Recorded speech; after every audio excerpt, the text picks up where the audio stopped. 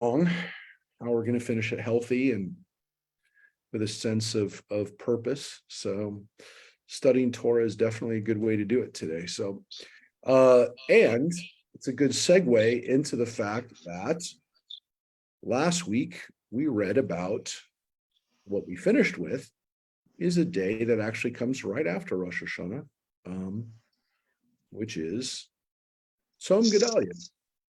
We talked about the assassination of Gedaliah, the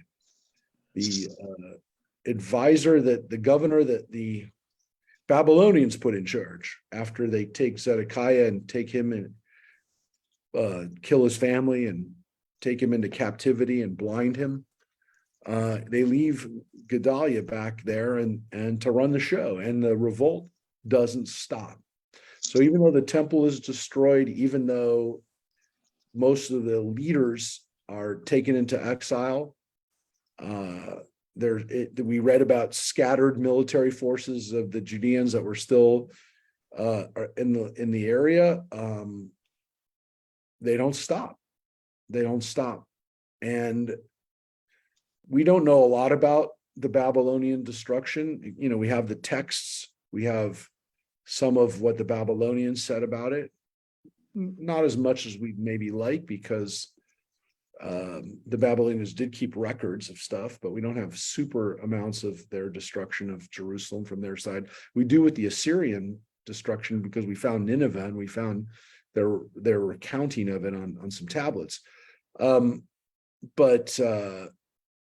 there's a lot we don't know about it, because again, it was 2,600 years ago and lots of layers of archaeology in Jerusalem on top of it. So it's difficult to find stuff from the First Temple period.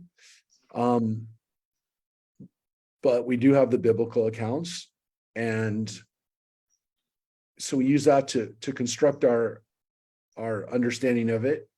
Jeremiah and Lamentations, the book of Lamentations, and the book of Kings are our best sources in the Bible for it. Best, and so they are our overall best record of what happened during this time. But we also can kind of remember what happened during the Roman destruction 600 years later, which again was 600 years later, but it has some interesting similarities, not least of which is the Jews continue to fight even after Jerusalem is destroyed. So they don't have a religious home center, a home base. They don't have a political home base. They don't have much infrastructure left, but they don't stop fighting, which means that to some extent,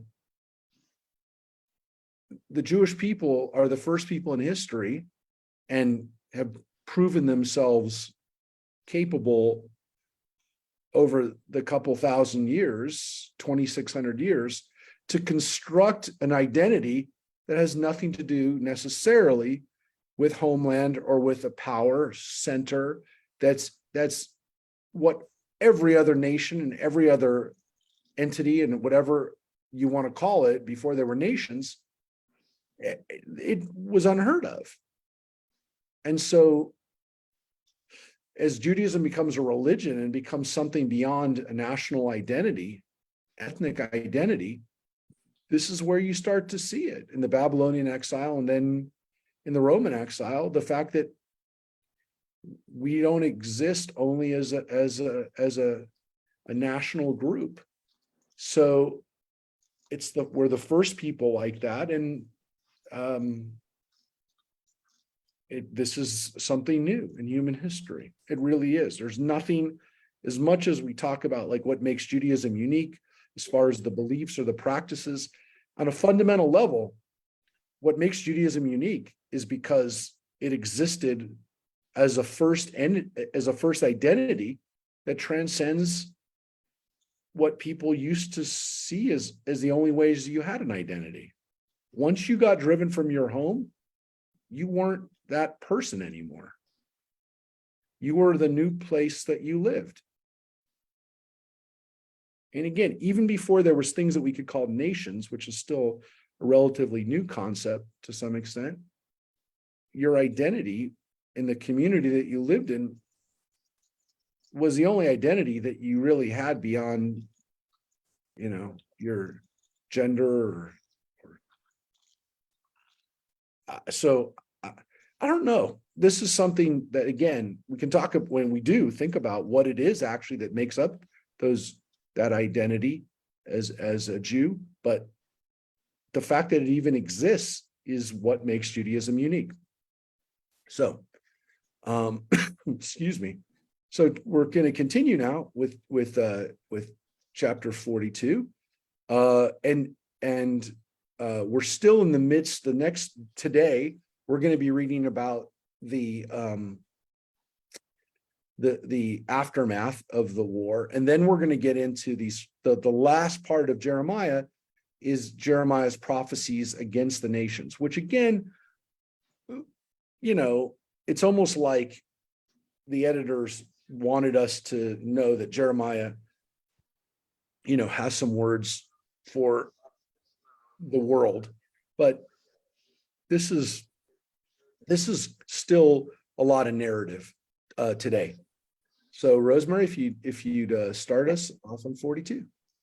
Then all the army officers, with Johanan, son of Kareah, Yezaniah, son of Hoshaiah, and all the rest of the people, great and small, approached the prophet Jeremiah and said, "Grant our plea and pray for us to the eternal your God for all this remnant, for we remain but a few out of many, as you can see." So the people that are left, again, led primarily by army officers, right? They asked Jeremiah to do something. He's a prophet. He's also a priest. Talk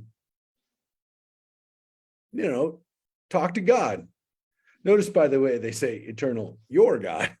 they recognize that Jeremiah seems to be one of the last people who actually still has a relationship with God, and maybe is the only one who can intercede on their behalf. But this is an interesting situation where now Jeremiah is kind of like the guy that was in prison at one point, right? Not too long ago. He's now the guy that people are going to for help. He's the one that now can save the day, if you will. "Let the eternal your God tell us where we should go and what we should do." The prophet Jeremiah answered them, "Agreed. I will pray to the eternal your God as you request, and I will tell you whatever response God gives for you. I will withhold nothing from you." Thereupon they said to Jeremiah, "Let God be a true and faithful witness against us. We swear that we will do exactly as the eternal your God instructs us through you. Whether it is pleasant or unpleasant, we will obey the eternal our God to whom we send you, in order that it may go well with us when we obey the eternal our God." So we'll do what you tell us. We'll do what God tells us. Jeremiah, we promise we'll listen, which of course is not something that the Jewish people have been doing really well. Again, it's interesting to read this, especially as we're also on Wednesday night reading, some of us, the book of Deuteronomy, because it is very Moses-like here. Jeremiah is really now in a situation where the people are turning to him. They know they've screwed up. And it's, again, almost like after the 10 Commandments and Moses losing it at the golden calf at Mount Sinai, or later on, or several times, I was going to say the spies, but many instances where they look at Moses and they say, "Okay, we screwed up. What do we do now?" That's what happens here to Jeremiah. So whether Jeremiah, knew that this was going to happen all along, I mean, he's a prophet, he could have known that. But when we understand that maybe Jeremiah felt a little bit like Moses, this is pretty clear. All right. After 10 days, the word of God came to Jeremiah. He called Johanan, son of Kareah, and all the army officers and the rest of the people, great and small, and said to them, "Thus said the Eternal, the God of Israel, to whom you sent me to present your supplication.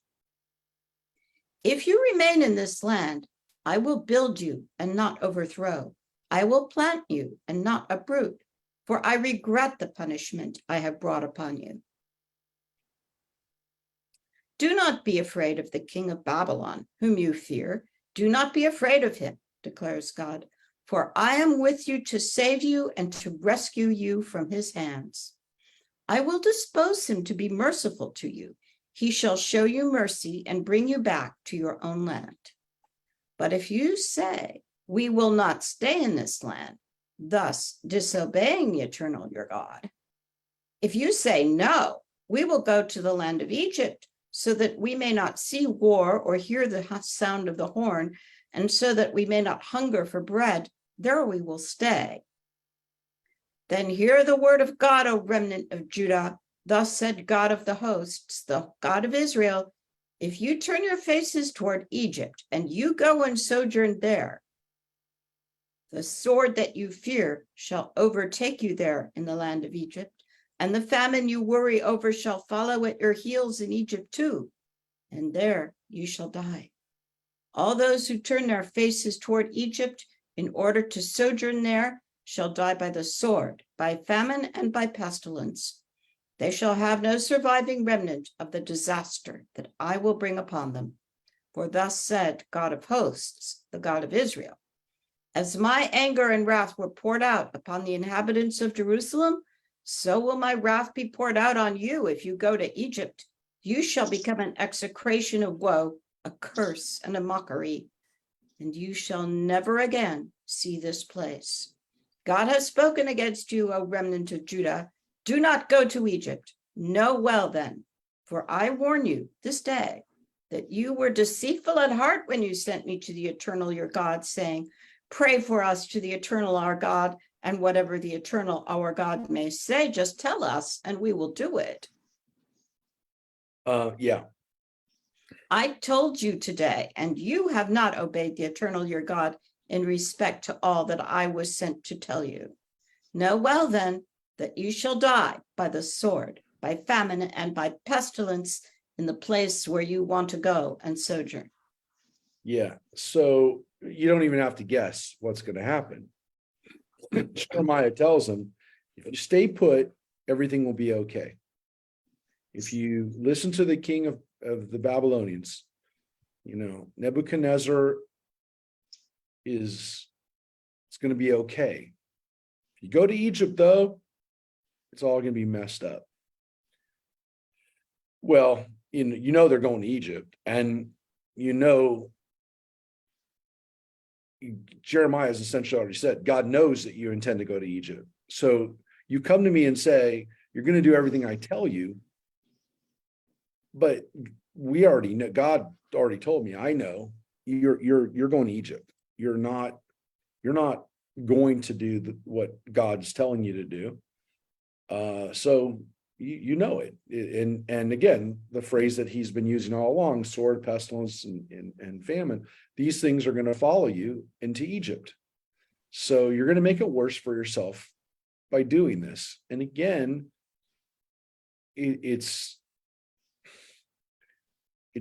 not a coincidence that, again, this is what Moses deals with his own people who want to go back to Egypt. Now they want to go back to Egypt 600 years later, but he's telling them you can't do it. And look, part of this isn't like the parts of the Bible that were in Exodus and Numbers. Those weren't written, even by biblical scholars will tell you, those were not written by this author. These were not written by the Deuteronomistic historian, according to the documentary hypothesis. Those stories are older. They're written by other people. They're older. And the theme of not going back to Egypt is not the obsession of this guy or these people who wrote Deuteronomy and Jeremiah, if that's the case. So this isn't like one guy saying this or like somebody doesn't like Egypt. Or again, this is the focus. The biblical theme of not going back to Egypt and not going to Egypt exists throughout the Bible. And To some extent, it starts with Abraham, who goes down to Egypt during the famine, and he winds up, marrying Hagar or taking Hagar as a handmaiden, whatever. But, to some extent, like the Bible sets up going to Egypt as a problem going back to the beginning of the first Hebrew. So this is not like one time. It's not one author.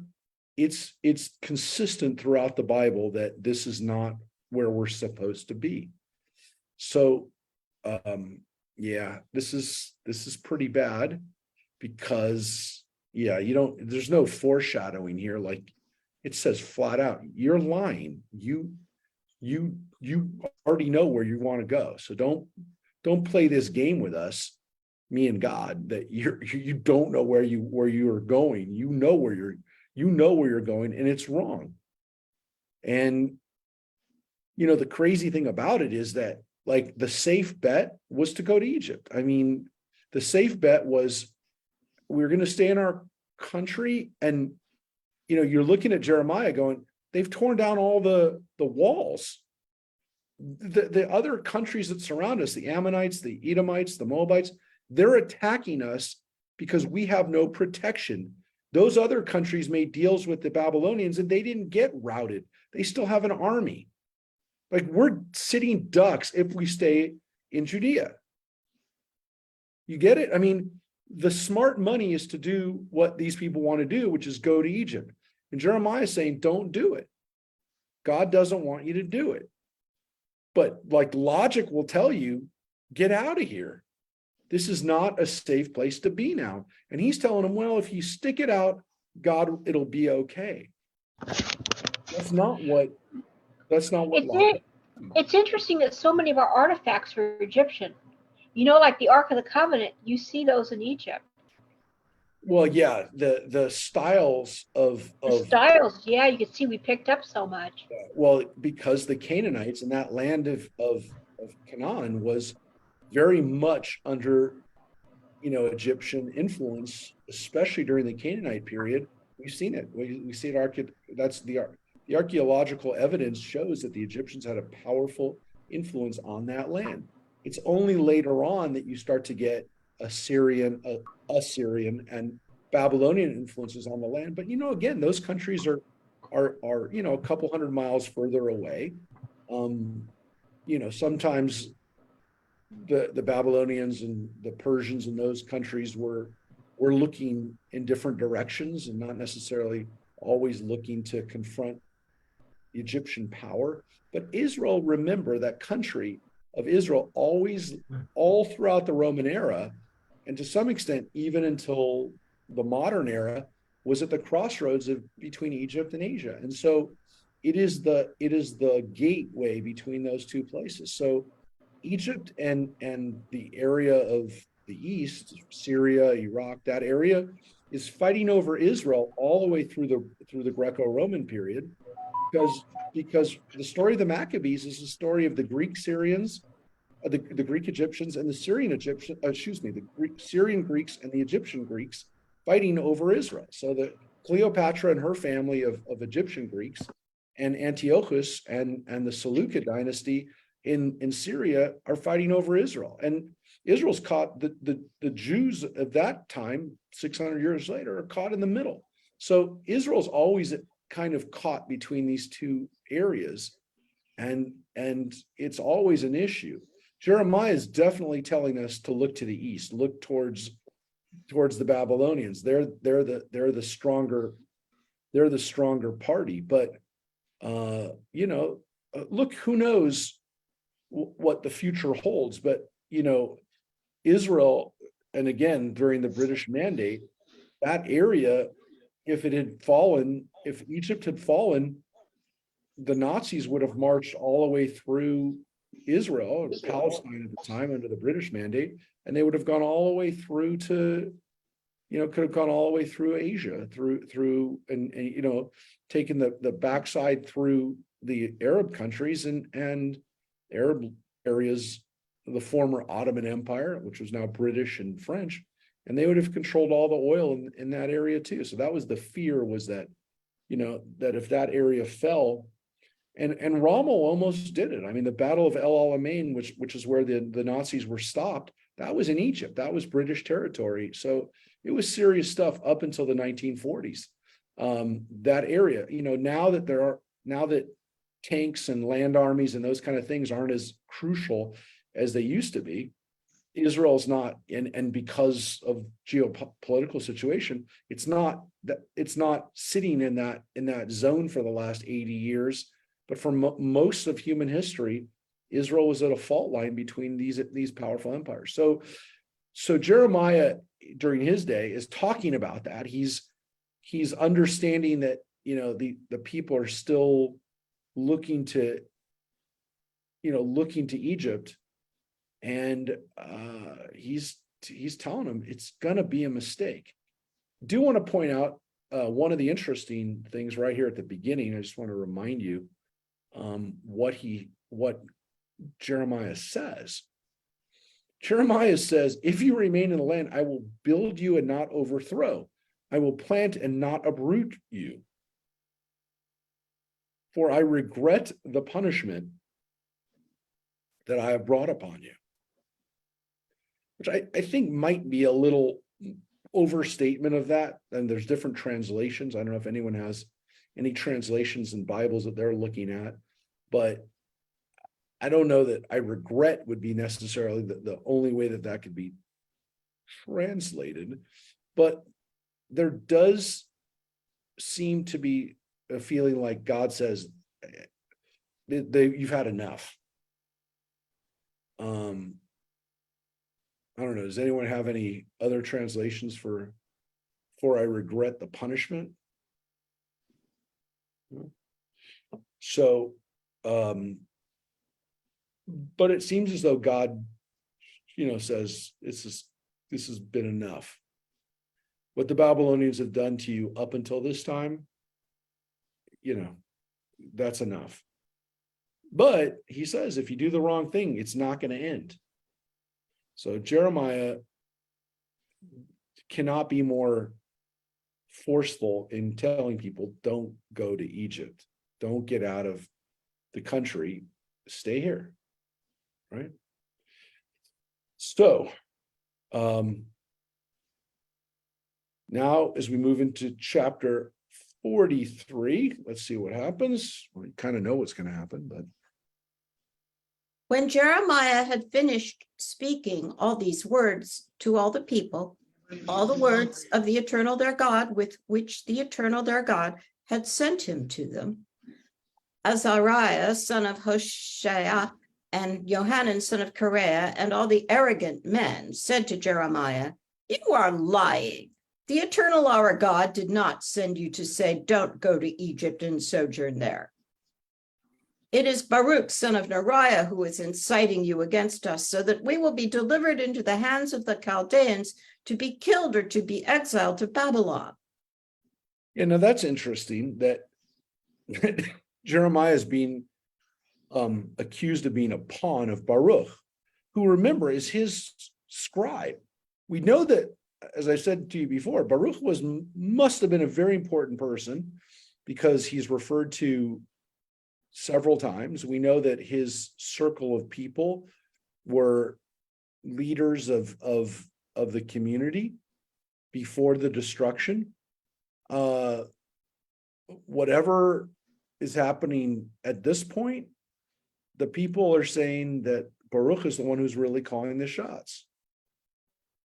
As I mentioned before last week, we actually have archaeological proof that this guy Baruch lived. We have clay seals, we have bulla, we found two with his seal on it. And here they basically say that Jeremiah is lying. They're saying, we don't believe you. And if we stay here, we're going to be killed. So, yeah,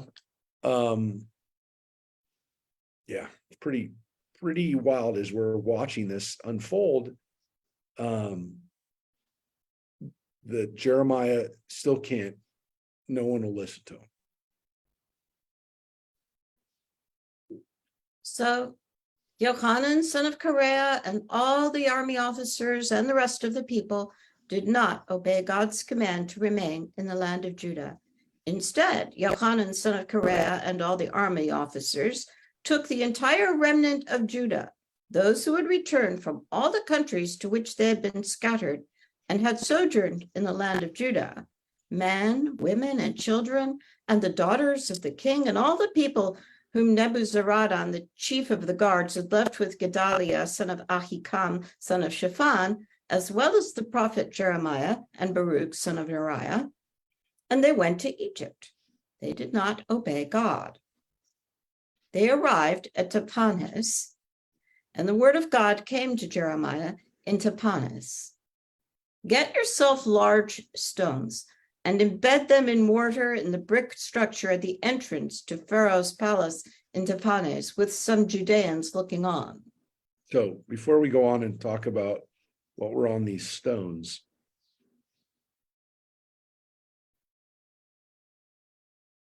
yeah, Jeremiah got taken to Egypt. He didn't want to go. He didn't want the people to go. He was not happy that he was going. He was not happy that anyone was going. And they took him. Why did they take him? Because they took everybody. They took all the leaders. Did they take every single person? Probably not. Well, it doesn't make sense that they took every single person that was left in Judea. But they took the leadership. They took them. And in this case, it seems again pretty clear that they took him against his will. So, I mean, literally, did they like lock him in chains and take him? I mean, they took Baruch. They took all the people that were left. It talked again, the daughters of the kings, the people, or the king, to say the kings, the daughters of Zedekiah. But they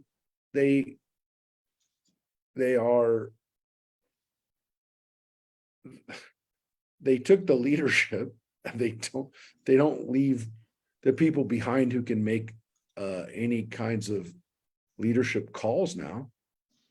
So yeah, these are the people who are the decision makers of Judea, the priests, the prophets, the political, people. So this is not what was supposed to happen. According to Jeremiah, this is all bad. So what is going to happen with these stones? Bed them in the mortar and brick, okay? At Pharaoh's palace. What does it say? And say to them, thus said God of hosts, the God of Israel, I am sending for my servant King Nebuchadrezzar of Babylon, and I will set his throne over these stones that I have embedded. He will spread out his pavilion over them. He will come and attack the land of Egypt, delivering those destined for the plague to the plague, those destined for captivity to captivity, and those destined for the sword to the sword. Yeah, so yeah, these stones that we're going to set here with these words are going to be, this is where King Nebuchadnezzar is coming. So this is a very bold statement. I can't imagine the Egyptians wanted this to happen. Why did the Egyptians want the Judeans to come into their country? Well, assumedly they brought wealth with them. They brought whatever treasures were left behind in the land of Judea. They paid their way. And look, the Egyptians are very worried about the Babylonians. The more soldiers that they have, the better. So to get people who don't like the Egyptians, don't like the Babylonians, the Egyptians are like, well, we get more allies, right? We get more people that are going to fight if and when the Babylonians come to our country, we've got these people that are going to fight with us. Well, Jeremiah has already said they're going to come here and they're going to be successful. But, the Egyptians don't believe that. The Judeans who went down there don't believe it. And of course, it is interesting here that, by the way, the translation that's used here is not plague. I mean, shouldn't be plague. Does anyone have a different translation in verse 11?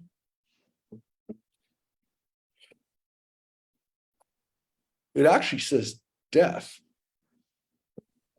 Those destined for death, death.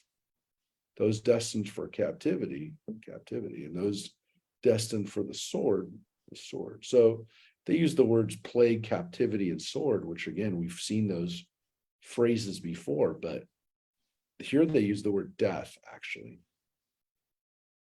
So, and again, some formula of famine, plague, war, captivity. That's kind of our four horsemen, if you will.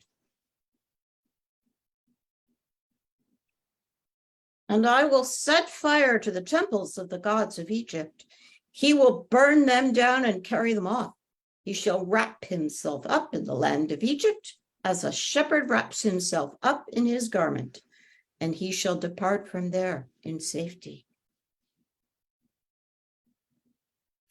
He shall smash the obelisks of the temple of the sun that is in the land of Egypt, and he shall burn down the temples of the gods of Egypt.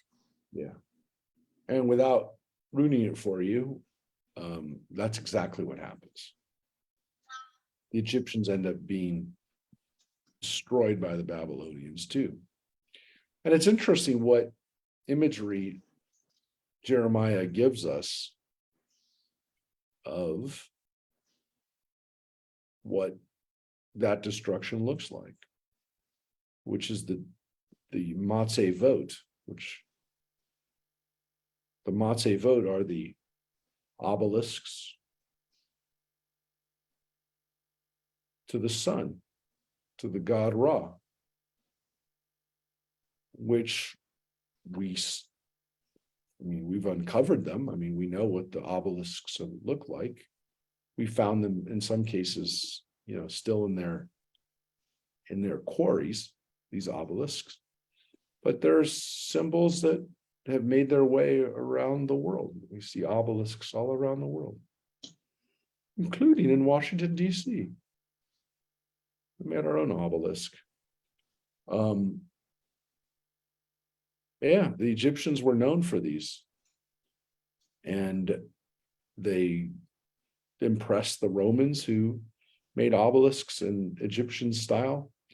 But for Jeremiah, they're going to get knocked down, which is the symbol of the destruction of the Egyptian people.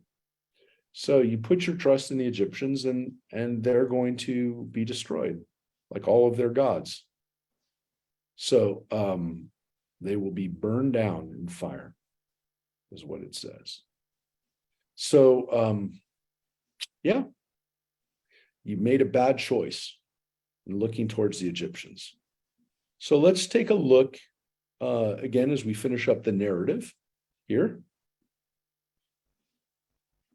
The word that came to Jeremiah for all the Judeans living in the land of Egypt, living in Migdol, Taphanes, and Noph, and in the land of Pathros. Thus said God of hosts, the God of Israel, you have seen all the disaster that I brought on Jerusalem and on all the towns of Judah. They are a ruin today, and no one inhabits them. On account of the wicked things they did to vex me, going to make offerings and worship other gods that they had not known, neither they nor you nor your ancestors. Yet I persistently sent to you all my servants, the prophets, to say, I beg you not to do this abominable thing that I hate. So again, God is kind of recounting the history of how the people got to this point, which is, I've sent you prophets over and over and over again, my servants, the prophets, to get you to stop worshiping other gods. But you wouldn't stop. You wouldn't stop.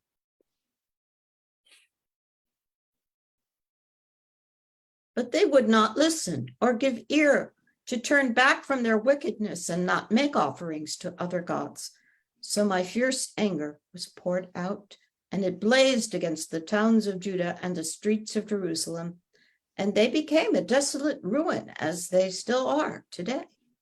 And now, thus said the Eternal, the God of hosts, the God of Israel, why are you doing such great harm to yourselves, so that every man and woman, child and infant of yours, shall be cut off from the midst of Judah, and no remnant shall be left of you? For you vex me by your deeds, making offerings to other gods in the land of Egypt, where you have come to sojourn, so that you shall be cut off and become a curse and a mockery among all the nations of the earth. Have you forgotten the wicked acts of your ancestors, of the kings of Judah and their wives, and your own wicked acts and those of your wives that were committed in the land of Judah and in the streets of Jerusalem? Yeah, that's an interesting phrase, right? Because a lot of people have pointed out over history that there seems to be an undue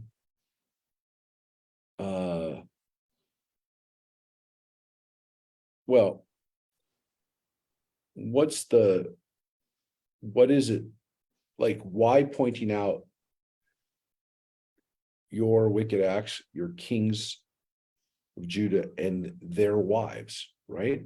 Your wicked acts and those of your wives. Why does it single out the women? Why does it single out the women separate from the men and, kind of say, what were you doing? But if you think about it, there probably were things that men and women were doing differently to worship their gods, these other gods, these pagan offerings that they were doing. But there definitely seems to be an understanding that both the men and the women were doing stuff. And it happened at the top level with the kings and their wives. And it happened on the popular level too, with the average ordinary person. So it seems like everybody is in on the act. And yeah. So this is the phrase that we have throughout the book of Jeremiah. Be'eretz Yehuda v'chutzot Yerushalayim, in the land of Judah and in the streets or in the courtyards of Jerusalem. That's Jeremiah's phrase. And he, because he always is saying, it's not just like, in the cities, it's in the country, it's everywhere. And it's men and women. And again, it's this idol that, this worshiping of these gods. So no one has shown contrition to this day, and no one has shown reverence. You have not followed the teaching and the laws that I set before you and before your ancestors.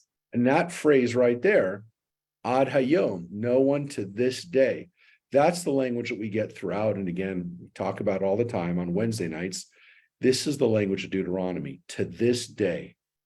It's in the Shema V'Ahavta Hayom, over and over again. Jeremiah, and then again, book of Deuteronomy, which we think is from the same kinds of groups, talk about using this phrase, to this day, and using Hayom all the time, which is, really powerful stuff. And to talk about not following the Torah, not following the laws, which I command you this day, for example. So this is a constant refrain in these books.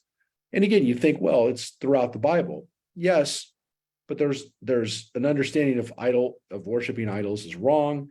You see other stuff, but the understanding that you have the teaching, that you have the law, you have the Torah, that's the word, Torah team, the teaching, the chukot, the laws.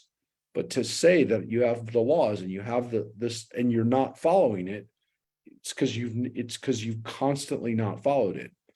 And again, it seems like hearkening back to the language that we have in Deuteronomy, which even again, I didn't point it out earlier. It said, listen, Shema, listen, pay attention, open your ears. That's the language that was used just a couple of verses up. So again, it's the language that we see all the time in this, from this author, from this school of thought. Assuredly, thus said God of hosts, the God of Israel, I am going to set my face against you for punishment, to cut off all of Judah. I will take the remnant of Judah who turned their faces toward the land of Egypt to go and sojourn there, and they shall be utterly consumed in the land of Egypt. They shall fall by the sword. They shall be consumed by famine. Great and small alike shall die by the sword and by famine, and they shall become an execration and a desolation, a curse and a mockery. I will punish those who live in the land of Egypt as I punished Jerusalem, with the sword, with famine, and with pestilence. Of the remnant of Judah who came to sojourn here in the land of Egypt, no survivor or fugitive shall be left to return to the land of Judah. Though they all long to return and dwell there, none shall return except a few survivors. Yep. Again, here you have the sword, famine, and pestilence. That phrase, Cherev, Ra'av, and then Daver, which is like Dever, when we do the 10 plagues. So, that's,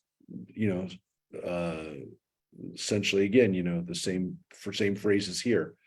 Again, there'll be be a few people left, but it's not many. And this is, again, this idea that there's only a remnant. There will only be a remnant left. So here's what happened. Thereupon they answered Jeremiah, all the men who knew that their wives made offerings to other gods, all the women present, a large gathering, and all the people who lived in Pathros in the land of Egypt, we will not listen to you in the matter about which you spoke to us in the name of God. On the contrary, we will do everything that we have vowed, to make offerings to the Queen of Heaven and to pour libations to her, as we used to do, we and our ancestors, our kings and our officials in the towns of Judah and the streets of Jerusalem. For then we had plenty to eat. We were well off and suffered no misfortune. So again, look, I don't want to read too much into this, and I don't want anybody to say this is the only thing that's here. It's not. Okay. But as you can see, the people flat out say, no, we're not. We're going to do what we've been doing all along. We're going to continue to offer up the offerings that we have been. Now, this is why I said before, pay attention to the women, because it says right here, and you look at the note, it says, look at 7:18, because earlier on, Jeremiah, much earlier on, had talked about the Queen of Heaven. There definitely seems to have been a worship of a feminine god that is very, very popular in Judea, because it says right here, we will continue to make offerings to her as we used to. Our ancestors, our kings, and our officials, everyone did it. And when we did it, things were okay. Now, of course, in Jeremiah's mind and the other prophets of God, no, things were not good. You were not supposed to have done it. And that's why we got to this place. But on the other hand, you got people who are now living in Egypt with Jeremiah who are saying, what are you talking about? We were there for 600 years. That wasn't the problem. We were doing it the whole time. Now, again, Jeremiah was like, and you were upsetting God the whole time. But the people were like, seemed to go well for us there. We were there for a long time getting away with this. And they didn't say getting away with it. It seemed to be part of the system. It seemed like that's what they were doing, and people were okay with it. Look, again, I don't want to say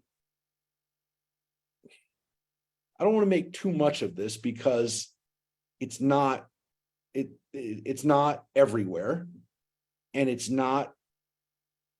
Some people have, let me put it this way, some people have made a big deal about this, and the evidence is there, but it's not everywhere. It's not like, and that is that this worship of God's wife is clearly there.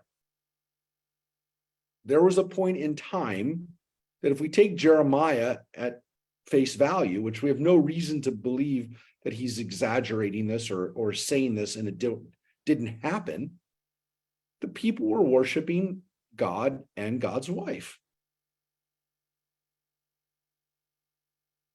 And they were doing it for a long time. And everyone was doing it across the board.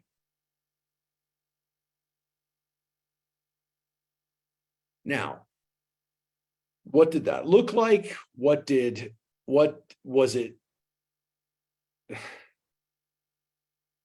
Was it God and his wife?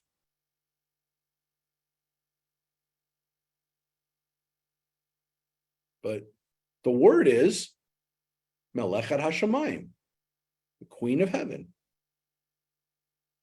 So, I don't know what to tell you other than the Bible says that this was going on for a long time. And the people were not only okay with it, but they were like, well, that's what everybody did. That's the way we did it. Now, again, we don't know that much about it. So the sources on it are so limited that to construct a narrative about it is a little too much. But when you've heard this before, folks. I'm not like, this is part of the Da Vinci Code stuff too. I mean, what Dan Brown writes about, the divine feminine and how that was an issue for people throughout time. Look, the more that God is represented as a man, one can make the argument, the more necessary it would be to represent God as a woman as well. So if God is not gender specific, then there's not a need for God to be represented necessarily as a woman. But if God is being represented as a man, you can make the argument, well, then people are going to search and desire to also access a divine feminine. Look, anthropologically, you can understand what's going on. I'm not like, this is all stuff that people have written about. This is all, none of this is it's very easy to find discussions about the Queen of Heaven and references to it. And again, I don't want to belabor it, but this is one of those places where the Bible just told us that it was very, very popular. And it may not have been just the women that were worshiping the divine feminine. I don't want to imply that, but I do want to tell you that when Jeremiah says the men and the women were doing these things, the kings and the queens were doing these things, it kind of makes sense when you put into it that one of the things that Jeremiah has is this idea of the Queen of Heaven. And if the Queen of Heaven is God's wife, right? If that's Adonai's wife, then Adonai has a wife and they rule together, which is what most people in the ancient world had a vision of God with a consort. So in some cases, many consorts, but the fact that there would be one God with one goddess wasn't necessarily impossible for people to have wrapped their mind around. And again, then it leads to, but then they have kids, or maybe we're God's kids. All of us are the God. We just don't know. And I want to tell you, we don't know. because by the time of the Second Temple period, the worshiping of the goddess of the Queen of Heaven was done. We don't have archaeological records of it. We don't have those sculptures anymore of the divine, of a feminine goddess. We don't have that anymore. So by the time we would have a lot of records of this and a lot of archaeological evidence could have backed it up, we just don't have it. So we can't really tell you, like, you know, when did it stop? It stopped sometime by the time the people came back. When the people came back to rebuild the temple, that divine feminine was no longer a problem. It was no longer an issue for the Israelites worshiping that. But I don't know. Any questions, comments, any thoughts about the Queen of Heaven? I can't tell you much more about it, because anything else that I'll tell you about it is speculation and theories that people have come up with about it. But you just said it. Anybody? All right. Queen of Heaven. I was going to say that it wasn't uncommon for, what's the goddess's name? Ashtar? Yeah. And Ishtar and all of those. Asherah, Ashtarot. Those are all variations of it. Yeah. That's still a title of the Virgin Mary. It is. And the divine feminine has not been eradicated. But again, this was thrown out here as in fact, Los Angeles is literally the Queen of the Angels. The full name of it. Reyes, yeah, it's the Pueblo de la Reina. Yeah, Reina. De Los Angeles. Yeah, it's a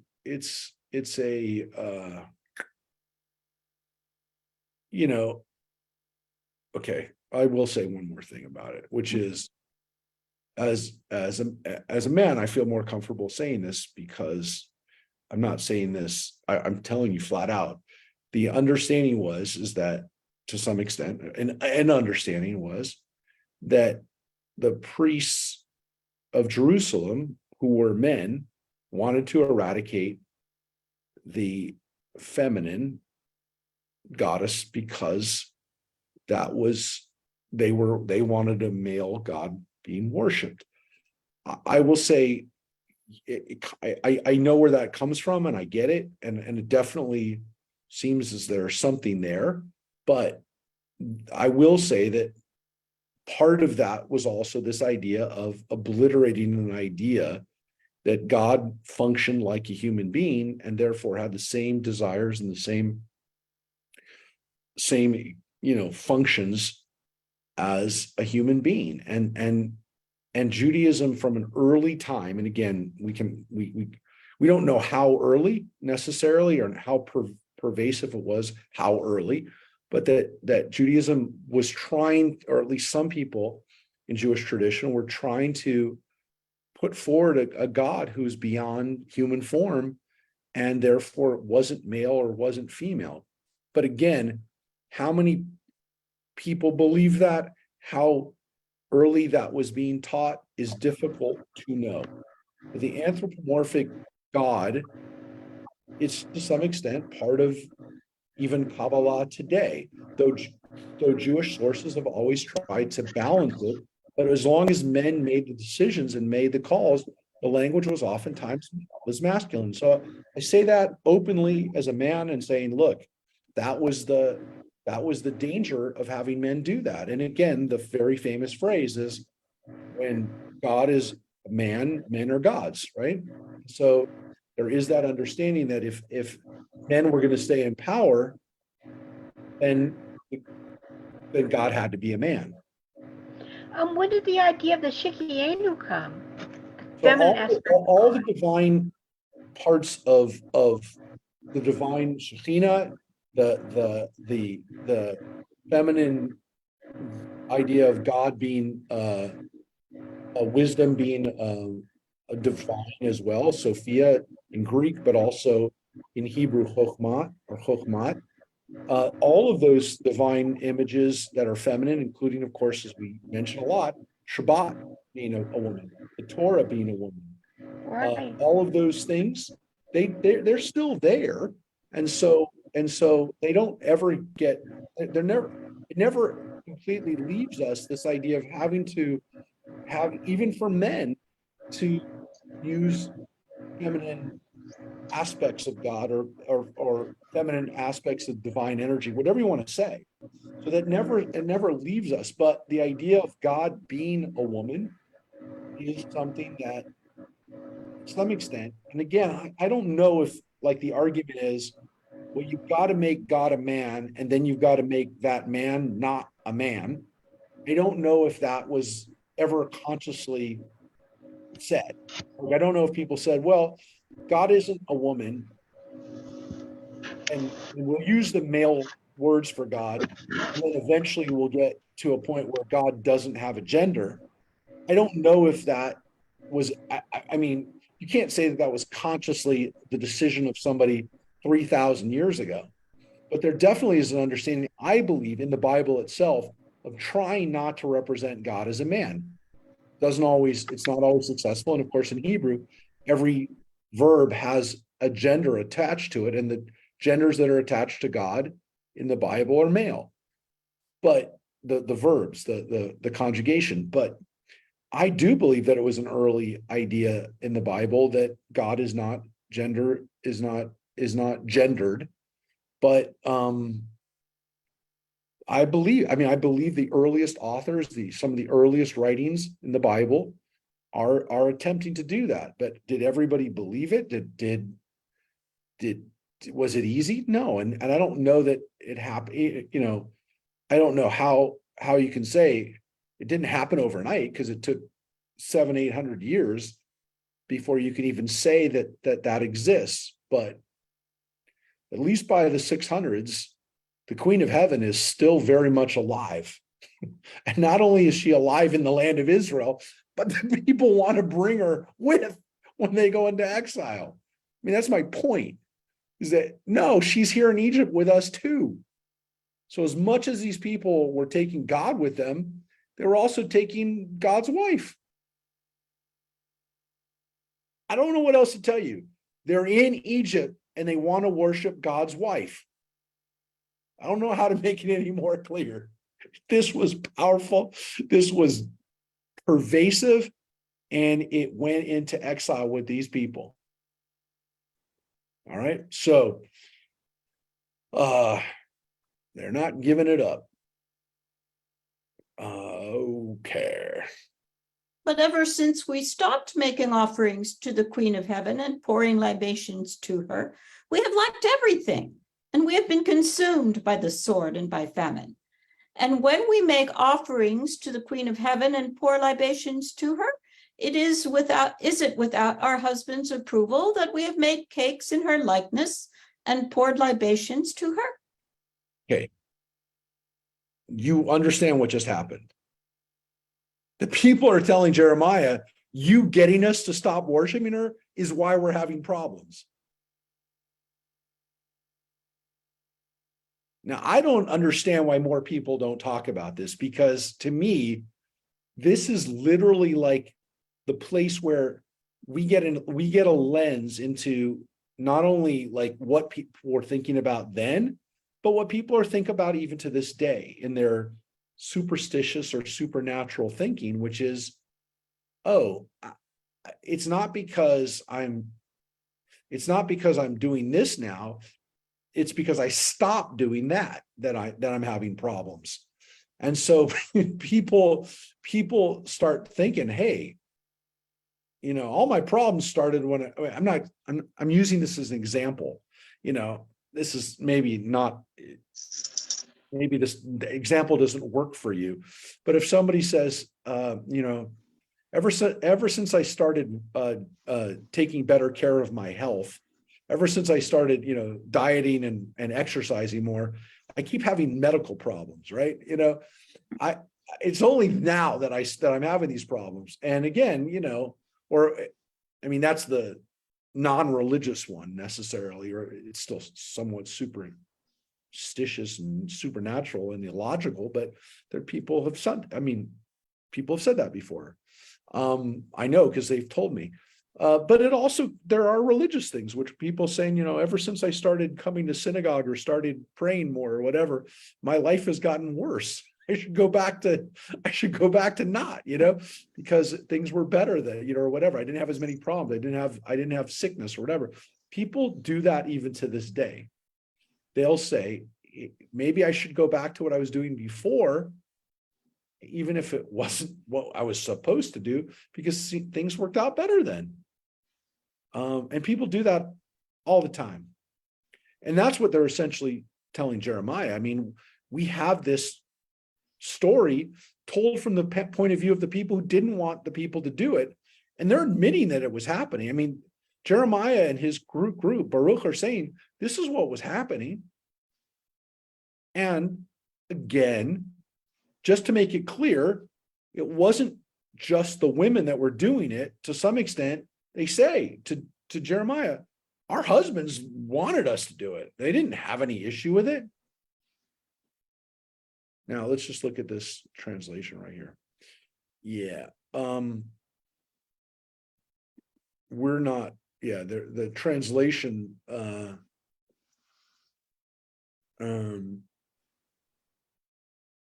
that part is definitely pouring out libations. So they're wondering whether that's the translation of, whether that making cakes in her likeness, what that was about. But it seems as though there was some type of offering that was made, maybe like her, that was either burned up or offered up or given to priests that worshiped her. But that was one of the things that was done for her. By the way, nowhere here does it say we offered up our children to her, which is something that they were doing to other gods, at least to Baal. They were offering up kids. So it doesn't say they were worshiping up or offering up their kids to her, but they're doing these cakes and they're doing these water and could have been oil too, pouring out libations to her, which is stuff that we do to God. We don't make cakes in God's likeness, but we make showbread for him. We made bread in the temple for God, so there is a similar thing. So our husbands did it too. So there definitely is this understanding that men and women are involved in it. Men and women are doing this. And it's a feminine aspect, but the men participated in it. All right. So men and women together, at least according to Jeremiah, not doing the right thing. Jeremiah replied to all the people, men and women, all the people who argued with him. He said, indeed, the offerings you presented in the towns of Judah and the streets of Jerusalem, you, your ancestors, your kings, your officials, and the people of the land were remembered by God and brought to mind. When God could no longer bear your evil practices and the abominations you committed, your land became a desolate ruin and a curse, without inhabitant, as is still the case. Mm-hmm. So that's what got you into this. So there's a difference of opinion on what's happened now with this, with these worship, with these practices. And again, I'm not wild about this translation. This is still the case because the words are Hayom Hazeh. He's using the word Hayom, and to this very day, the way it could be translated, should be translated. So Hayom.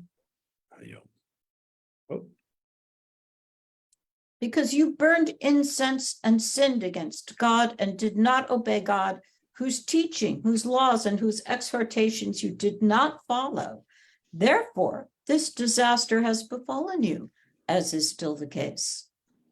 Jeremiah further said to all the people, including all the women, hear the word of God, all Judeans in the land of Egypt. Thus said God of hosts, the God of Israel, you and your wives have confirmed by deed what you spoke in words. We will fulfill the vows that we made to burn incense to the Queen of Heaven and to pour libations to her. So fulfill your vows, perform your vows. Yet hear the word of God, all Judeans who dwell in the land of Egypt. Lo, I swear by my great name, said God, that none of Judah's contingent in all the land of Egypt shall ever again invoke my name, saying, as my sovereign God lives. So that seems to be a word that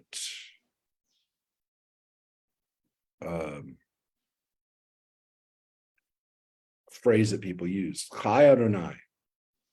Chai Adonai. My God.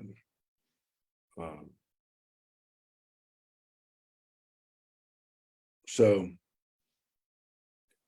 yeah, people are done, and you've admitted it. You've done it, you say it, you've what's more to say? You're proud of what you're doing, and you people will not, you're done. And again, this phrase Shema, which is here Shimu, which is you all, plural, listen. So this is to the people around him. I will be watchful over them to their hurt, not to their benefit. All of Judah's contingent in the land of Egypt shall be consumed by sword and by famine until they cease to be.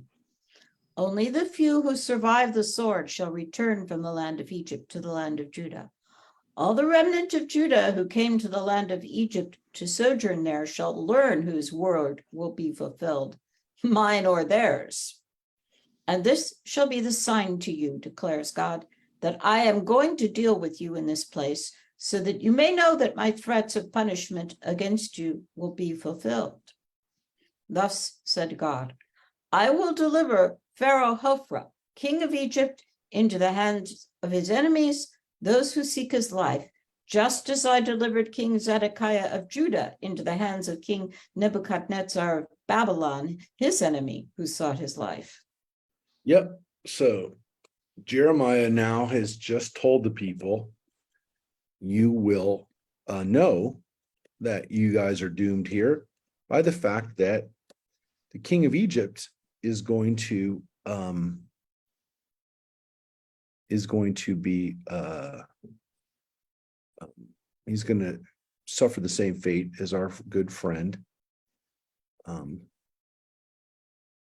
Zedekiah, your king. I'll show you a picture of this one that King Hophra, and the Greeks called him Aprius, but Hophra. So here he is. He came to power during this time. You can see what we know about this guy, Hophra.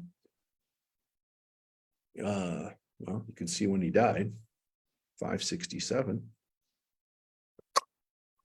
What it tells us is 588, he dispatched a force to Jerusalem to protect it from the Babylonian forces set by Nebuchadnezzar. His forces quickly withdrew, however, apparently avoiding a major confrontation with the Babylonians. Following 18 months siege, Jerusalem, right, was destroyed. And what it tells us is that he suffered after this not even successful defense, his own soldiers mutinied against him.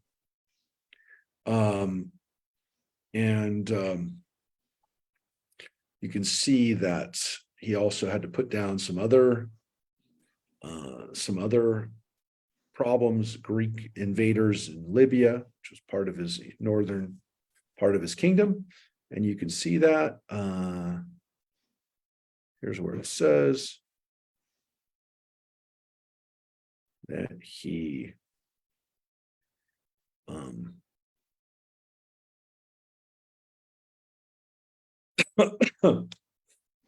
excuse me, his own forces, his own Egyptian army eventually back another pharaoh, Amasis, and according to, well, at least according to Herodotus, the Greek historian, he was killed either in battle or he was killed by his own people who strangled him to death. So, yeah. So that is the dude that we just heard about, that Jeremiah just told us about. We know about him from other sources. He's not like, it's not a question that he lived. It's exactly the same time. And you can see he was the guy who's responsible for why the Jews are in Egypt in the first place, which is that, you know, he's their ally. He's our ally. So, yeah, he's going to suffer the same fate as Zedekiah, according to him. So that is the end of that chapter.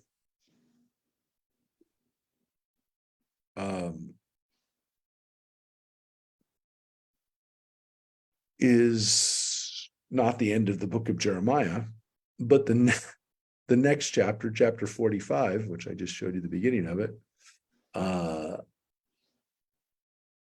is all the way back to the beginning of Jeremiah's time, back to King Jehoiakim, right? So it skips back. So we're in the final chapters of Jeremiah. And you can see where his mind is, you know, you can see what he was like. I will tell you, Jeremiah, we're not ending it today, so don't get me wrong. We're probably going to read next week and maybe the week after, but there are a lot of questions about what happens to Jeremiah and the rest of his people in Egypt. He just told you that they're all going to die except for some, except for a remnant. But there are questions about it because we're now going to be going into some other stuff. So this goes back, well, you can read, Rosemary. The word that the prophet Jeremiah spoke to Baruch, son of Neriah, when he was writing these words in a scroll at Jeremiah's dictation in the 4th year of King Jehoiakim, son of Josiah of Judah. Thus said the Eternal, the God of Israel, concerning you, Baruch. You say, woe is me, God has added grief to my pain. I am worn out with groaning, and I have found no rest. Thus shall you speak to him. Thus said God, I am going to overthrow what I have built and uproot what I have planted. This applies to the whole land. And do you expect great things for yourself? Don't expect them, for I am going to bring disaster upon all flesh, declares God. But I will at least grant you your life in all the places where you may go. Now, that's a super short chapter, right? That's 5 verses. And this seems to be like a special prophecy just for Baruch, which is on one hand kind of depressing, right? Because this is kind of the beginning of their career where Baruch is like not liking his job. It's what it says. Baruch is like, you know, woe's me, oi, oi, oi na. That's the phrase in Hebrew, oi. I don't like this, right? And Jeremiah, God tells Jeremiah to tell him, look, at least you get to live. So the work is hard. It's not going to be easy. He tells him it's not going to be easy, right? You know, you think it's going to be good? No, it's It's not going to be. But you will be. You will survive. And that means, again, wherever you go, you'll at least be alive. A lot of these people aren't going to survive, but you'll be alive. So that, coming to the end of the book, but why is that not at the beginning? I told you, it's not chronological. It's maybe, again, we have to assume that actually Baruch himself was the editor, or somebody wasn't Jeremiah. So if Baruch put this part here towards the end, to some extent, he's saying, look, let me tell you, I didn't want to tell you at the beginning of my book that I knew that this was the book that I'm editing, that I knew this was going to be a bad life, but I did. And I'm going to tell you here at the end that, you know what? God kept his promise. So in the weird way, where he placed this actually is more hopeful, which is that Baruch tells us here, to some extent, this is, I knew it was going to be like this from the very beginning. And I'm still here. I'm still alive.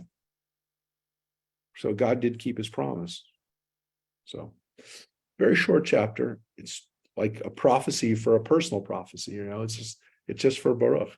And it's not just because, it's another reminder that things aren't easy on the people who have to be the voices of rationality and to some extent stability and guidance for people when they're going out of their minds. It's not easy. So yeah, it's not going to be easy.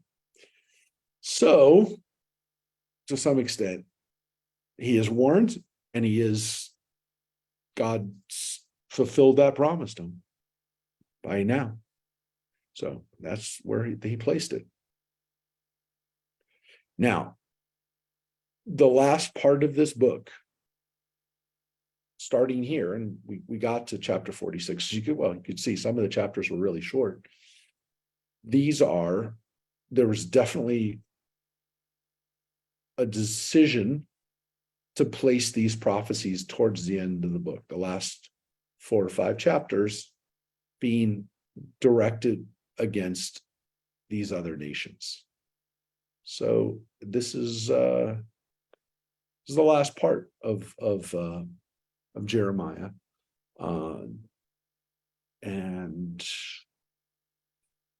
we'll start today with these. We're not going to be able to finish all of the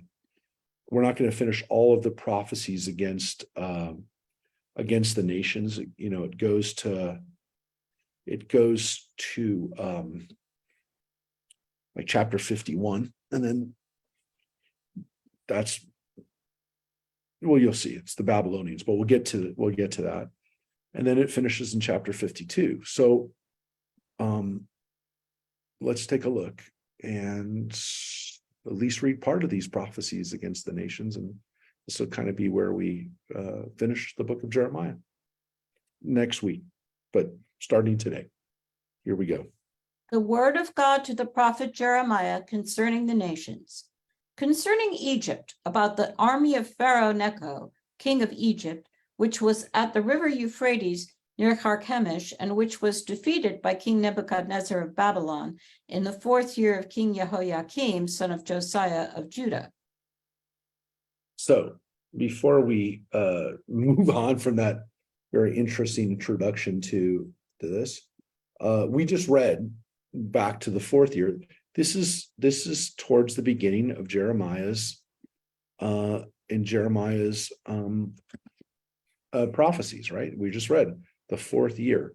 So what we're talking about here is, let me just show you this guy. This is, and of course it makes sense because we're in Egypt now, right? We're in that's where Jeremiah is with Baruch at the end. So we're starting with the Egyptians, even though we've gone back in time to when this was leveled at him. You can see here's the statue of Necho. This one's actually in the Brooklyn Museum, this statue, you see. somehow the great King Necho made his way to Brooklyn. I don't know if he knew when he posed for this statue that he'd one day be in Brooklyn, but it's a popular place for the young people to be now. He's made his way to Brooklyn. Anyways, you can see where he lived when he lived, right? He lived during this period of time. We know about him because, according to tradition, he killed, or not him necessarily by himself, but he's the one who King Josiah gets killed fighting, right? So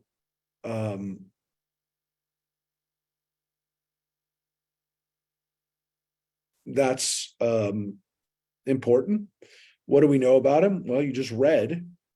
He fought against the Babylonians, right? He fought against them in the Battle of Carchemish, which is right here. This is one of the most important battles in the history of the world, actually. This was a battle that was fought during this period of time, around this time of during Jeremiah's time. And it was one of these wars fought between the Egyptians and the Babylonians at this point where the African and Asian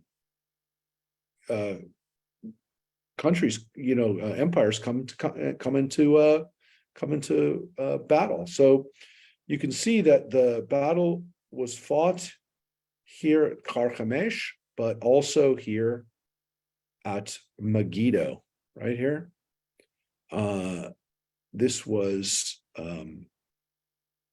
were important battles that, we read about them a little bit in the Hebrew Bible, but these were pretty important. What else can we say about him? No, that's pretty much it, other than the fact that his son, let's just show you his son, Samtik.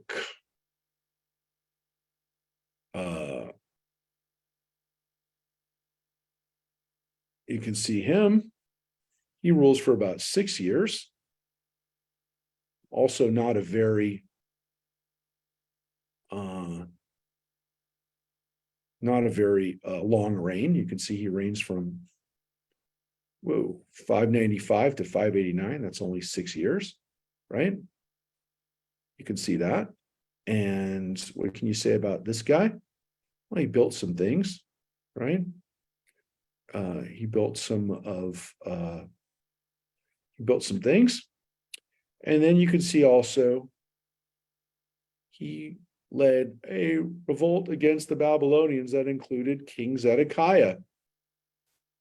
So when Zedekiah is fighting with the Egyptians against the Babylonians, this is the dude. And there's a statue of him in the Louvre. He made his way to France. Right? There he's in France. Better than Brooklyn. Better than Brooklyn. Well, here's one of those obelisks. Right? Made its way to Rome. The Romans loved his obelisk, brought it to Rome. So you can see his stuff there, right there. Right there in Rome.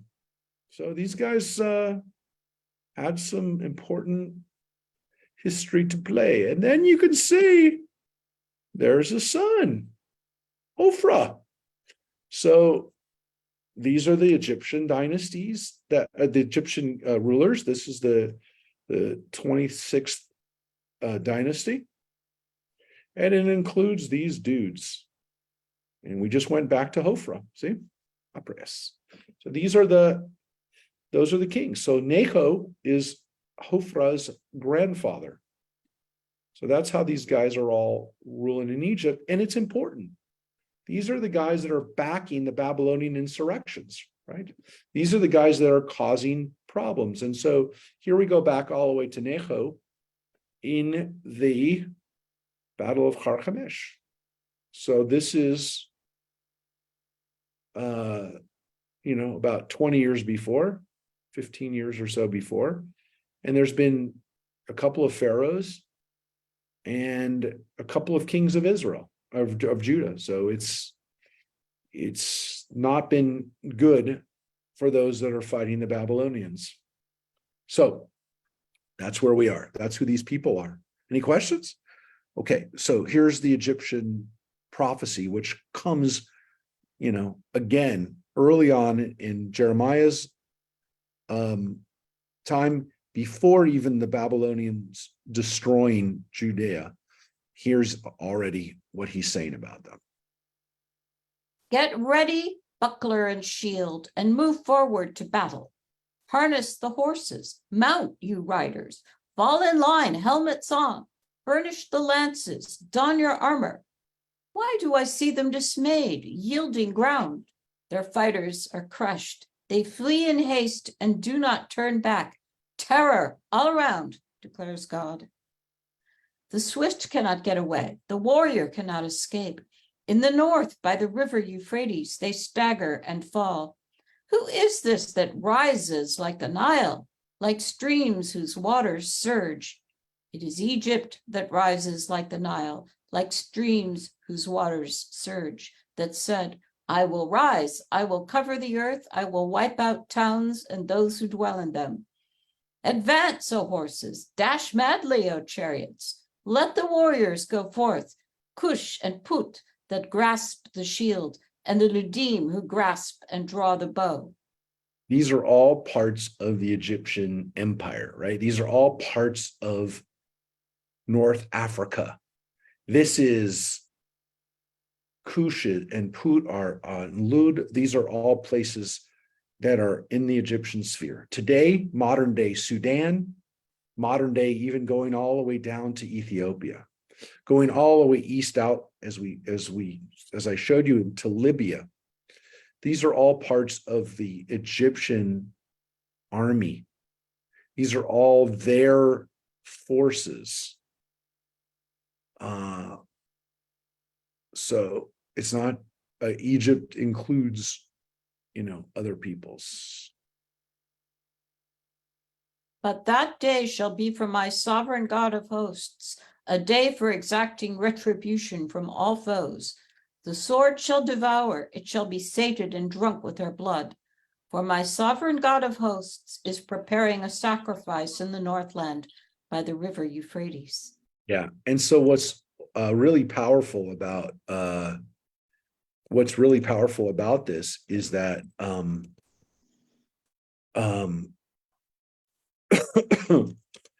the way that Jeremiah is structuring these prophecies, and again, you can see what's happening here.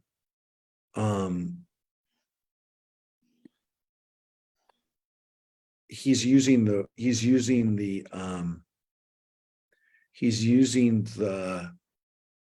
image, the images of the rivers representing the countries, right? So Euphrates are the Babylonians, right? And then in the Nile is Egypt. And so, he's using them interchangeably, or not interchangeably, he's using those terms respective to those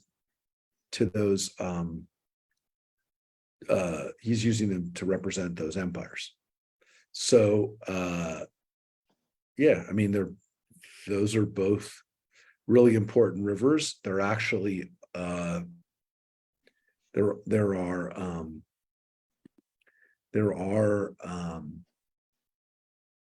there are descriptions of those rivers being the rivers to some extent of the Garden of Eden, that the Garden of Eden is the intersection of these rivers. But these are rivers that are, kind of the primordial rivers. Go up to Gilead and get balm, fair maiden Egypt. In vain do you seek many remedies. There is no healing for you. Nations have heard your shame. The earth resounds with your screams. For warrior stumbles against warrior. The two fall down together.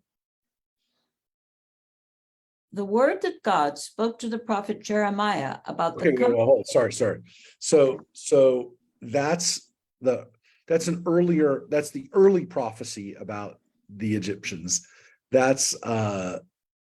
is the Egyptians fighting against the Babylonians at Carchemish. And again, we had this great reference again of the balm of Gilead. Again, this special medicine that came from the area of Gilad, which is in we talked about it, the balm of Gilead. It's a comes from some of the plants, herbs in the northern part of Israel, in the Golan. That this is supposed to be healing. It's not going to happen. So there's no help for the Egyptians. They're not getting any of that. So here's another set of prophecies about the Egyptians. And again, you can see that the structure of the text is different. We've gone back to prophecies. We've gone back to the biblical poetic style doublets for the poems of prophecy instead of the prose form.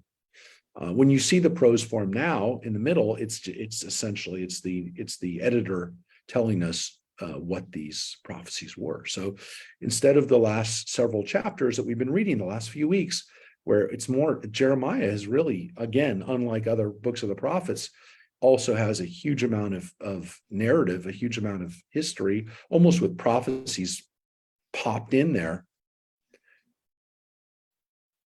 This has gone back to that style of like what we see in Isaiah and other parts of Jeremiah where it's just prophecies. So here we go.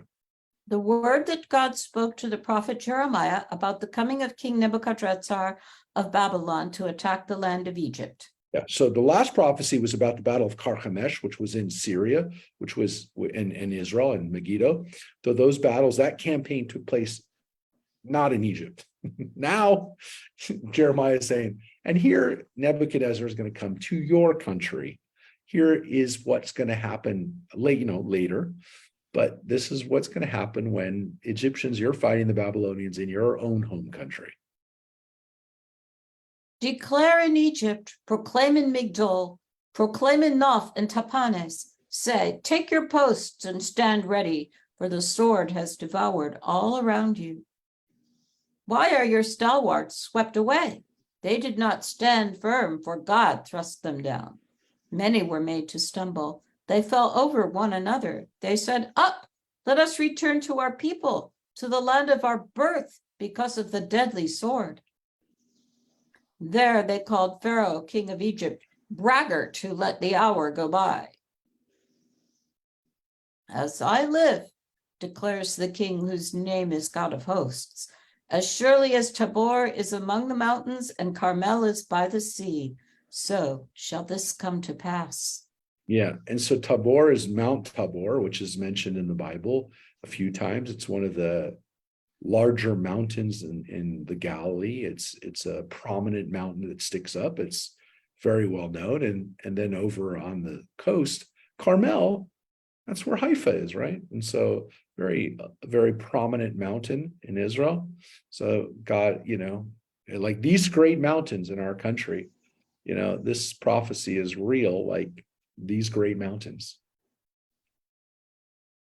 Equip yourself for exile, fair Egypt, you who dwell secure, for Noph shall become a waste, desolate, without inhabitants. Egypt is a handsome heifer. A gadfly from the north is coming. The mercenaries, too, in her midst are like stall-fed calves. They, too, shall turn tail, flee as one, and make no stand. Their day of disaster is upon them, the hour of their doom. Yeah, and so let's look at that for 1 second. Yeah, this is interesting. The Egyptians rely to some extent on mercenaries. Who are these mercenaries?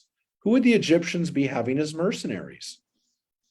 Does anyone want to put forward any guesses? Anybody? Well, I will tell you this. The Egyptians had, as we saw, many other peoples that were part of their country that were not necessarily Egyptian, like from the kingdom of Egypt. They were from the territories. So possibly some of those. But we also know that the Egyptians had used Philistines as mercenaries. So they were probably, again, these mercenary communities of Philistines that were living amongst the Egyptians as well. We know that the Egyptians used mercenaries quite often.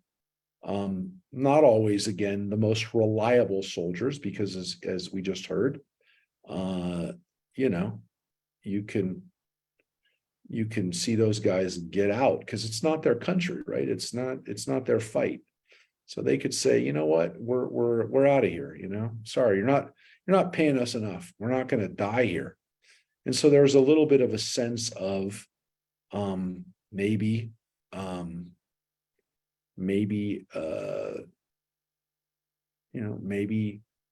they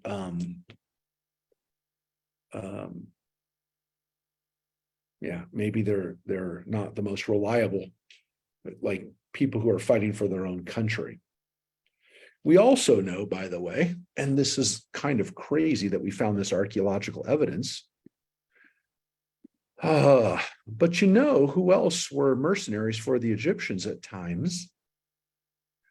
Does anyone want to venture a guess of who else was occasionally?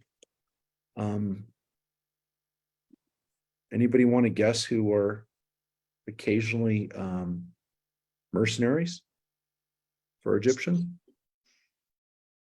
Judeans? Uh-huh. Yeah, so here's the weird thing. We actually have evidence that we found in Egypt of Jews who were there in southern Egypt. And I'll just show you real quick that they were really far south. And what's so cool about it is that, and I'll show you real quick. Here's one of the places we found. It's one of the coolest archaeological finds ever about the Jewish community. So you can see where the Elephantine island is right there at Aswan. I've actually been there. I went down to Aswan because I wanted to see it. There's nothing to see anymore, but it's right down there at the Aswan. That's the Aswan Dam right there. That's the dam that was built to help control the Nile. And you can see it's pretty far south in Egypt. I mean, that's the end of Egypt. That's getting into Sudan. So that's Israel right here. And that's Elephantine.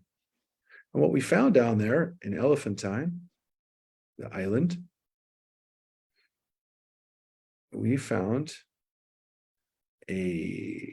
some cool Egyptian artifacts, but we also found this papyri and ostraca, caches of legal documents written in Imperial Aramaic, dating sometime in the 5th century. These documents, right? These papyri attest to presence of Judean mercenaries and their families, starting in the 7th century BC. So even before that time, that they were there. Some Judean refugees may have traveled south, right? And called an exodus in reverse and settled there. They maintained their own temple in which sacrifices were offered. And it seems as again that this temple was destroyed by Egyptians. And there's a Jewish temple. I don't know what to tell you, where they worshiping God, our God, alongside of other Egyptian gods or the Queen of Heaven. But yeah, there was a Jewish presence there. I always like the idea that, you know, kind of goes against our idea of Jews, that we were mercenary Jews. So, yeah, there you go. Judean mercenaries living in Egypt for hundreds of years. So again, it's kind of wild to think about a Judean presence in southern Egypt, but we have the evidence. We know it happened. So pretty cool. All right, so Egyptians, let's get back to their prophecy. She shall rustle away like a snake as they come marching in force. They shall come against her with axes like hewers of wood. They shall cut down her forest, declares God, though it cannot be measured, for they are more numerous than locusts and cannot be counted. Fair Egypt shall be shamed, handed over to the people of the north. God of hosts, the God of Israel, has said, I will inflict punishment on Ammon of No and on Pharaoh, on Egypt, her gods and her kings, on Pharaoh and all who rely on him. Yeah, so their gods, their kings, everything that's Egyptian is going to be humiliated. And again, it's using the same phrase that we have with Israel or with Judah. Bat Zion, now it's Bat Mitzrayim. Fair Egypt. Fair maiden, Egypt. You're also going to be shamed, which again is a phrase that's used for us, and here it's used for the Egyptians. Yep. I will deliver them into the hands of those who seek to kill them, into the hands of King Nebuchadnezzar of Babylon, and into the hands of his subjects. But afterward she shall be inhabited again, as in former days, declares God. But you, have no fear, my servant Jacob. Be not dismayed, O Israel. I will deliver you from far away, your folk from their land of captivity, and Jacob again shall have calm and quiet, with none to trouble him. But you have no fear, my servant Jacob, declares God, for I am with you. I will make an end of all the nations among which I have banished you, but I will not make an end of you. I will not leave you unpunished, but I will chastise you in measure. So there at the end of the Egyptian prophecy is a little reminder that, yeah, you're being punished, Judeans, but it's going to be okay. In the end, you will be restored, right? I will deliver you from far away. So again, Al Tira, don't be afraid, because you will be restored. So prophecies are against Egyptians, but you can see that it reminds the Judeans that things will be okay too. Again, primarily because to some extent, you can make the argument this is why the prophecy comes first. These are the people that Judea is most reliant on. It's where they're living, at least some of them, including Jeremiah. And so what happens to the Egyptians is very, very important to them. We're going to start reading the other ones. We're going to break off today. Probably this might be the last chapter. It's not necessarily the best place to break because the prophecies that deal with the next countries that we're reading about are kind of tied together. So we're kind of come back next week and we'll finish up with Jeremiah. But in order to finish up with Jeremiah, we need to read a little bit of these prophecies against these other nations. So again, it starts with the Egyptians. It's going to end with the Babylonians. And the ones in the middle here, while they're not as necessarily as important for the totality of what Judeans' existence is going to be during this period, they are important. And obviously Jeremiah felt they were important, and the biblical editors felt they were important, that they needed to be here, even though, again, these are not the main countries that we're dealing with here. So we're going to start here. And again, we have about 5 more chapters in Jeremiah. We're going to finish up with the last 4 or so next week, but the ones that we finish up with, 48, 49, 50, will actually be 48, 49, 50, it's 5 chapters. Some of those are longer chapters. So we read more chapters today, but or maybe actually around the same amount, but yeah, we're going to read into here. So here is some of Jeremiah's other prophecies against these other nations, these other peoples. the word of God that came to the prophet Jeremiah concerning the Philistines before Pharaoh conquered Gaza.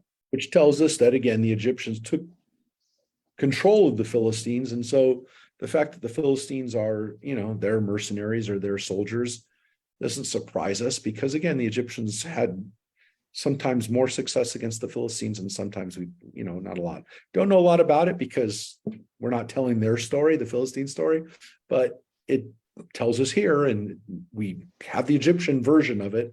I don't know that, again, we're not as familiar with it as we are with our Bible, but the Philistines make appearances in Egyptian records, and they were definitely more scared of the Philistines than they were the Judeans, it seems. In the sense that the Philistines were much more warlike and, for various reasons, the Philistines and the Egyptians would fight a lot. Thus said God, see, waters are rising from the north. They shall become a raging torrent. They shall flood the land and its creatures, the towns and their inhabitants. People shall cry out. All the inhabitants of the land shall howl at the clatter of the stamping hoofs of Pharaoh's stallions, at the noise of his chariots, the rumbling of their wheels. Parents shall not look to their children out of sheer helplessness. Because of the day that is coming for ravaging all the Philistines, for cutting off every last ally of Tyre and Sidon, for God will ravage the Philistines, the remnant from the land of Caphtor. Baldness has come upon Gaza. Ashkelon is destroyed. O remnant of their valley, how long will you gash yourself? O sword of God, when will you be quiet at last? Withdraw into your sheath, rest and be still. How can it be quiet when God has given it orders against Ashkelon and the seacoast, given it assignment there? Yeah, maybe we'll read one more chapter, but I do want to say one thing about the Philistines before we move on. We have to remember, actually, two things. The Philistines were non-Israelite people. They were non-Canaanite people. They came from the land of Caphtor, which is Crete. So they came from the Aegean. They were Greek, ethnically Greek people originally. They definitely live in the land of Israel. We read about them all throughout. We read about them from the book of Genesis, that they were in the land. They are our enemies, and sometimes they're really bad enemies, especially during the time of Samson, during the time of Judges. They're not Canaanite people. So that's one thing. They're not Canaanite people.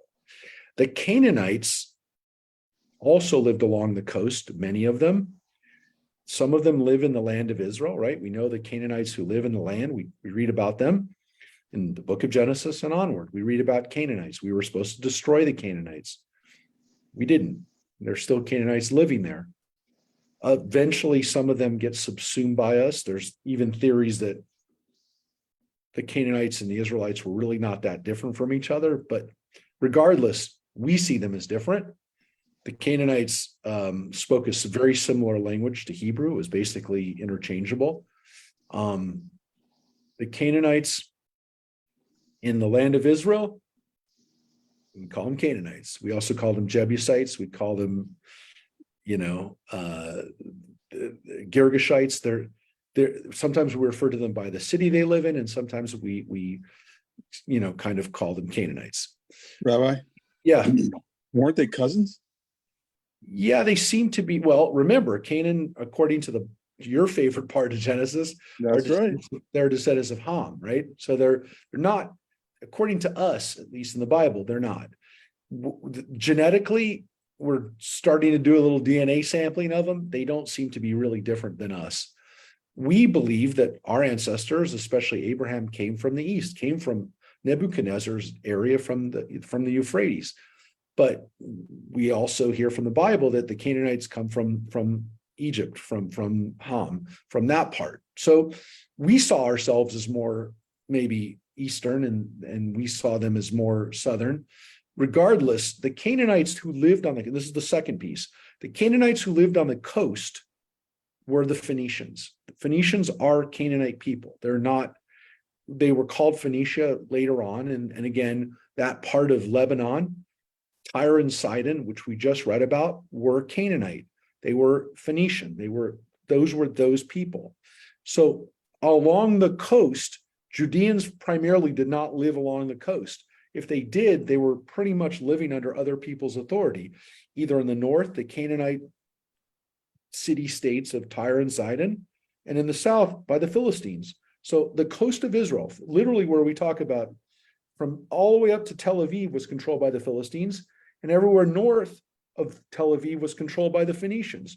But the Judeans we didn't control our own coast. We lived in the land, we lived inland, we lived in the area of Jerusalem and Judea, that area, and even in the north in Samaria, King Ahab and the Israelite kingdom, that was in the north of inland and not coastal. We were not coastal people.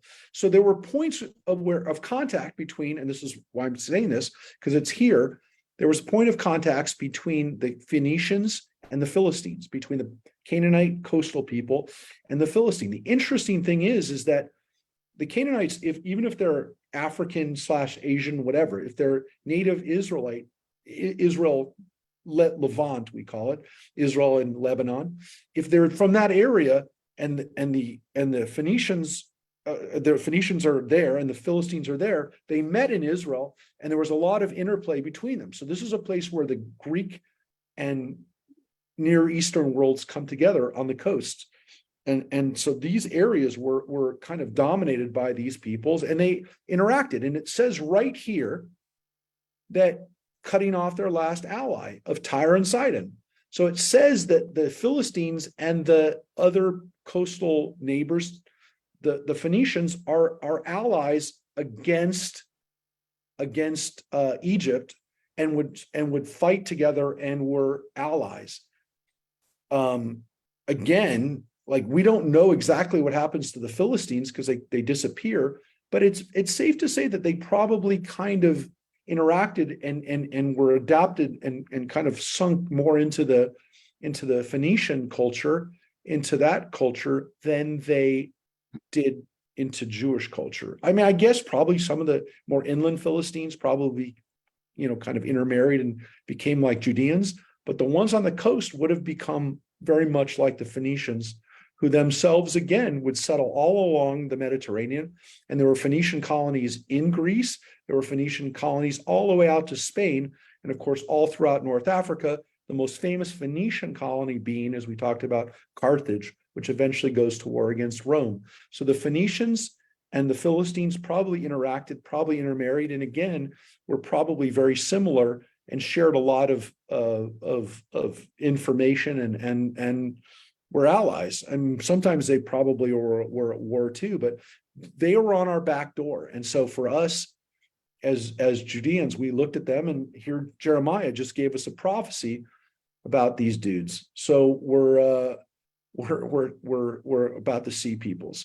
So that was a very short chapter. We'll finish off there today. It's 11 o'clock. But the next prophecies. I just want to say, Yeah, sure. Shirley, I'm always interested in the artwork. The pottery of the Phoenicians, the Philistines at first was very like Greek, and then it slowly became more like Canaan. It changed their pottery. Yep, and it was definitely, there was cultural assimilation going on between these people. Look, in a funny way, that interplay between the Philistines, I've said it before, I didn't just say it, and I'll say it now. The interplay between the Philistines and the Phoenicians was really important, because to some extent, the reason that we have the language that we have today, the reason that we have at least the alphabet that we have today, was because of the Phoenicians and because of the interplay that they had with other sea peoples, specifically the Philistines and the Aegean peoples, because that's how the Greeks wound up with the alphabet that they have. They don't have an alphabet that comes from anywhere other than the Phoenicians. And again, that's the intersection of where Hebrew and Greek come from. It comes from those people. So it is really important, because to some extent, the very alphabet we use comes about because of these people, because of the Phoenicians. That's the reason why Alpha and Aleph and Beta and Bet are the same, why Gimel and gamma are, at least again, all the way to delta, why they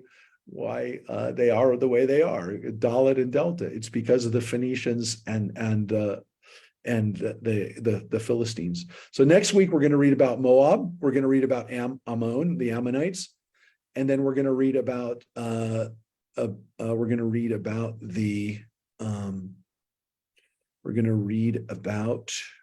gets to here the Babylonians. So we read that part, and then that's chapters 50 and 51.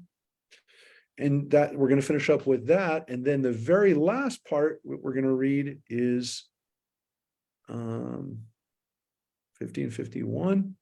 And the very last part we're going to read is this last chapter, the last chapter of Jeremiah. Now, I don't know, we might not even finish next week. It's for long chapters. I forgot how long it is. This one's 64 chapters, 64 verses, sorry. And this is the last one. This is chapter 52. So we'll see. We'll see if we finish up. But yeah, we have a couple more countries that he deals with. And then, of course, our nations, whatever peoples. And then we get to the Babylonians, and then we get to the final words that we have for us. Again, I will show you, and again, as we finish up, the longest book of the Bible, as far as the length of books in the Bible, I will show you. Just going to show you by length. Let me finish up.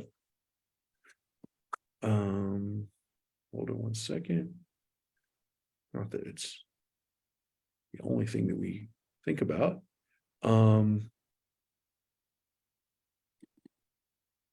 Is show you right now.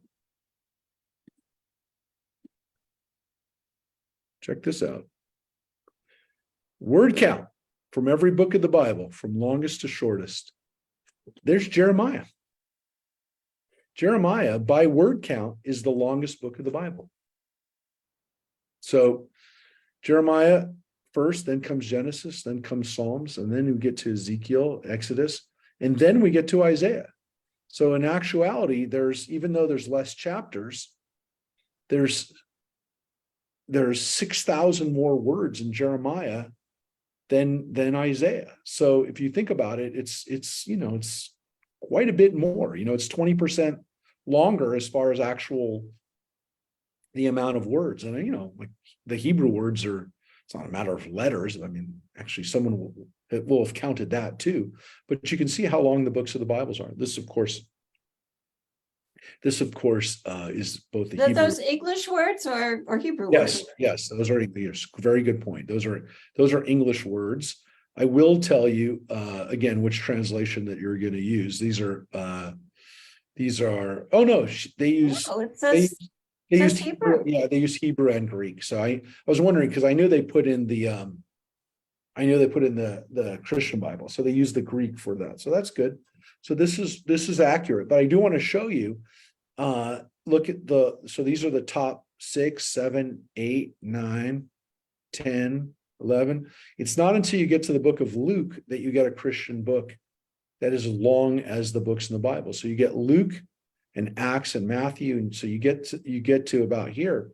But you can see the books of the Bible are really, really long in the Hebrew Bible, and they're usually considerably shorter in the Christian Bible. So like from here on, there's 66 books according to the Protestant Bible. If you look at it, with the exception of Ovadia, which is one of ours, Nahum, Haggai, these are all our short books.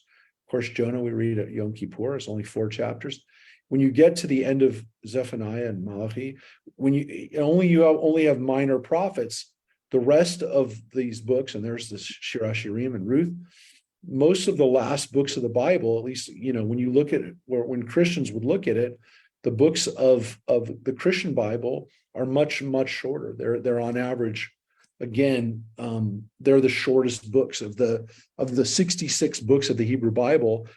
Like the 20 of the last 25 are would be Christian books. So usually, again, as I said, the longest books of the Bible all the way through to you have to go all the way to the 12, number 12. The book of Luke is the longest book in the Christian Bible of the Christian scriptures. So you can see that the books in the Hebrew Bible are considerably bigger. I mean, Jeremiah is almost 50% or whatever. It's much bigger than Luke. So again, we can't always go by the length, but as we go through the Hebrew Bible, I want you to understand that the book that we're coming to the end of, Jeremiah, is just a very, very long book. And even by standards of our 5 books of the Torah, which is Genesis, Exodus, Numbers, Deuteronomy, and Leviticus, which are all, fairly long. This is a very long book. So I appreciate everyone being on the journey through Jeremiah with us, and we'll probably be wrapping it up next week. So please try to join us to finish this book that's very good preparation for us at this time of year too, as we think about the end of the year and hopefully returning back to God and not upsetting God. And I guess the lesson from today is don't go worship the Queen of Heaven today. So upset God. But anyways, we'll see you soon, and everyone stay well. We're not going to be in class tomorrow night, again, Wednesday night. We want you to join us for Golda, by the way. And I just checked again. There's about 6 sets of at least 2 seats for the 7 o'clock. There's not a lot. Unless you're going in the front row. And then for the 4 o'clock, there's about 10 seats for the 4 o'clock show that are together that aren't on the front row. But most of the 4 o'clock screening is sold out too. So I would say if you plan on going, and we hope you'll join us. We have a lot of people coming. We hope to see you tomorrow night at Golda. Take care, everybody. And it's definitely not too early to start wishing everyone a Shana Tova. So happy New Year, and we'll see you soon. Take care, everyone. Thank you. Bye, everybody. Bye-bye. Bye. Thank you. Bye-bye.